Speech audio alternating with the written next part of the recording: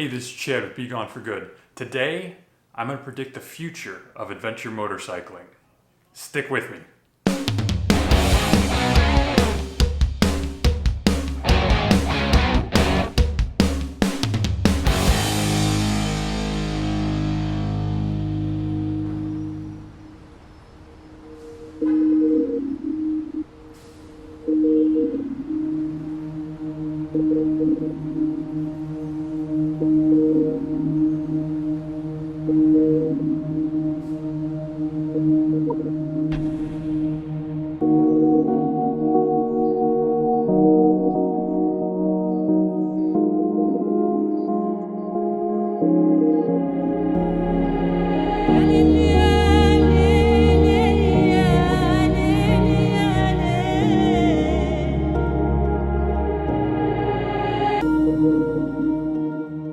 Okay. I am not saying that I necessarily read the future or that I know what's going to happen out there. But I think I may have a little bit of a finger on the pulse of the trend that might be happening that could sort of change everything for all of us. So first I want to talk about the thing that led me here. I was watching a show called Billions on Showtime. It has nothing to do with motorcycling, nothing to do with adventure at all. It's like hedge fund managers and Southern District of New York court systems and fights between powerful men on billion-dollar yachts. It's just totally has nothing to do with adventure motorcycling.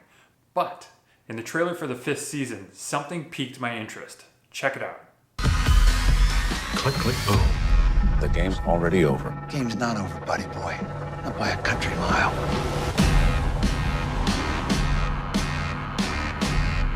Did you see it? Did you see what I saw? So during the course of this show that has nothing to do with motorcycling, nothing to do with adventure, it's all about offices and high rises and everything that has anything outside of adventure motorcycling, you saw adventure motorcycles. For their fun trips, something that they do in their off time, they got on BMW 1200 GSs to go ride and look cool and be super tough.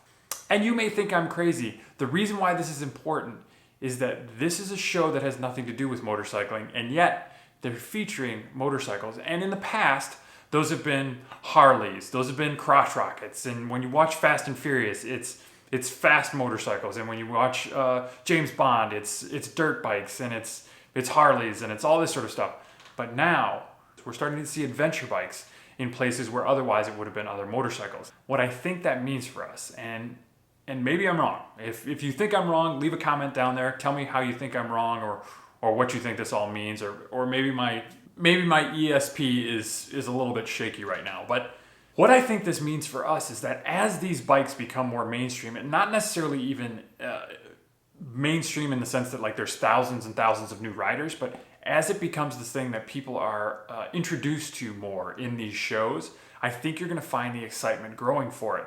I've read some articles talking about how over the past decade, we've had an increase of about 100% in motorcycle insurance rates or insurance takeouts or something. So we've basically doubled the industry over the course of the past decade, right? And over the past decade, we have tripled the adventure bike industry. So it is just exploding right now. And I think we may be on the cusp of like a major turn where as people are introduced and see these type of bikes and the type of riding that we do, it just explodes. There will be a point where it comes to what Malcolm Gladwell called a tipping point, where it'll go trickle, trickle, trickle, trickle, and then just a deluge of people that will come into our industry, which has its upsides and its downsides. Now, the downsides would be obviously a lot more people out there on the trails. Probably the bikes are going to get more expensive because there'll be more interest in them. There will be more difficult to find gear and all these other things that are attached to the industry until it ramps up to meet that demand. But the positive is everybody out there who thinks adventure motorcycling is a thing and wants to get involved in it only increases our opportunity, our availability as far as like new products being introduced and the excitement towards the industry at large. It's going to be incredible. At least I think it's going to be incredible. So based on what I'm seeing here and this one little blip and then a couple of articles that I read, I think that not only is it a growing industry, but I think we're going to get to that point where this will be what crotch rockets were, in the 90s, where just everywhere you look, there were ones out there. Right now, in the U.S. at least, Harley Davidson owns about 21%, 23% of the motorcycles that are on the road. So it's just a huge segment of that population. Its next closest competitor is something else, but all the way down that list, I want to say it's like fourth or fifth on that list is BMW with 7%, right? So we're talking nowhere near that 23%. If, however, the adventure motorcycling becomes a bigger deal and more people get interested in it, and not that BMW is the only ride that you can take, but obviously they're a pretty good flagship for the sector in general, we could see 15%, like legitimately a doubling of the bikes on the road when it comes to BMW, and maybe even higher as more and more people get interested. And this speaks volumes for what we have available to us. Like when it comes to channels like this, shows like this, things that we're interested in, entertainment's going to be more involved. The gear is going to be more involved. All of this stuff is going to start leading that direction. And it's not just going to be the black leather jackets from Harley Davidson anymore. It'll be BMW and Honda and Yamaha and Triumph and all of these other adventure bike makers are going to start producing stuff that you're going to see out there in the mainstream. So what I'm urging you to do as people that are already involved in this, and if you're interested in getting involved in it, now is the time to get going, because there is a wave coming, a tsunami that will be following us. I say probably within the next 5 years, I'm going to go with. I mean, that might be a little bit more speculation than my actual feeling, but I think within the next 5 years, we are going to see a huge influx of attention and interest in this industry. So what I'm going to urge you to do is make sure that you're being a great ambassador for adventure motorcycling. Make sure that you're not kind of pushing back or wiping away the new guys that are coming in that are showing interest. When you are walking through that parking lot and some guy goes, wow, that's a really cool bike. What is that? Why is it so big? Why does it have those bars on it? Talk to him. It's possible that he just saw a bike in a new trailer for a TV show that he watches that he never had seen before and now wants to see more of it. It's possible that he just saw new gear, or a buddy of his got a bike like this and he wants to know more about what we're doing. If we can get adventure motorcycling on the map, in the mainstream, part of the American lexicon or even the global lexicon, we will find that all of these avenues that have been closed to us before, all of these trails that have been shut down for motorcycles, or all of the taboo that is around motorcycling in general might start lifting. And I think that's going to be a pretty spectacular day.